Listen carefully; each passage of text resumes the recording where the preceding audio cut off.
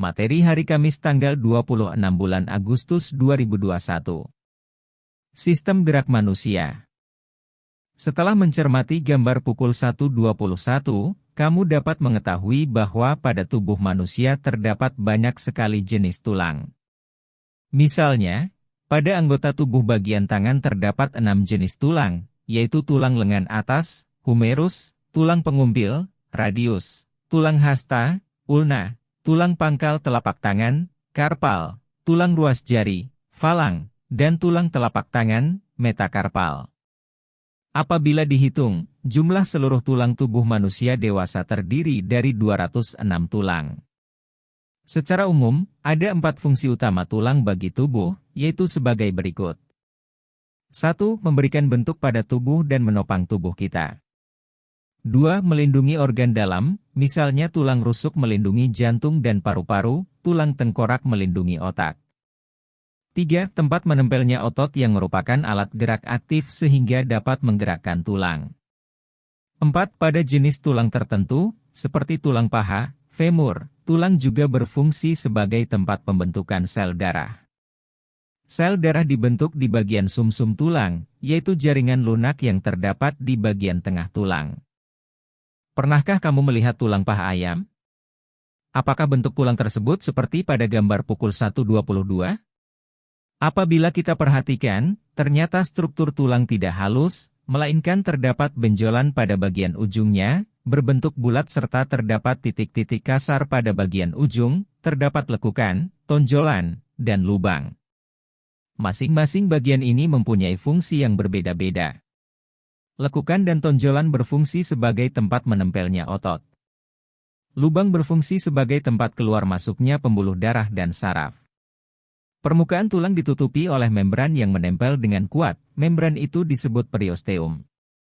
Pada periosteum terdapat pembuluh-pembuluh darah kecil yang berfungsi membawa zat-zat makanan ke dalam tulang.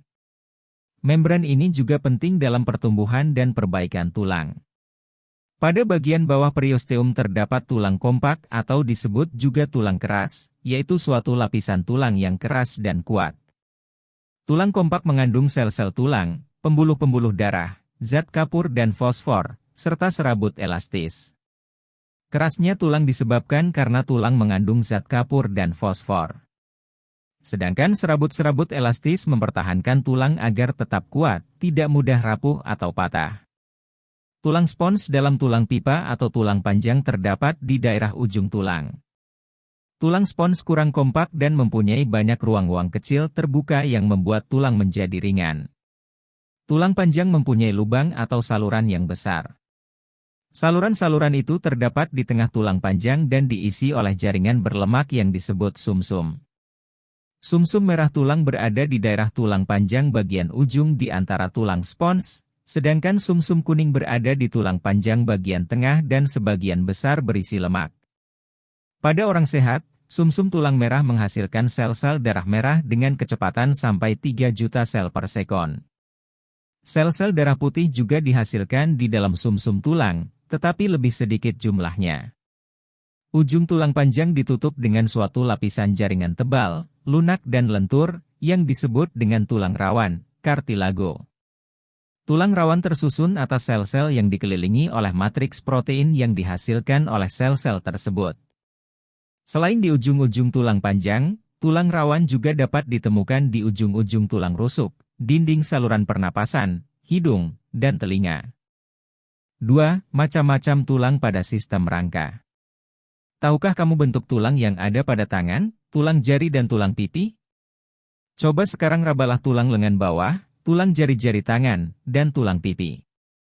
Kamu akan merasakan bahwa bentuk dan ukuran tulang-tulang tersebut tidak sama. Bentuk tulang manusia dibedakan menjadi 4, yaitu 1. Tulang panjang, misalnya tulang lengan, humerus. 2. Tulang pipi, misalnya tulang dada, sternum. 3. Tulang pendek, misalnya tulang ruas jari, falang. Dan 4. Tulang tidak beraturan, misalnya tulang punggung, vertebra.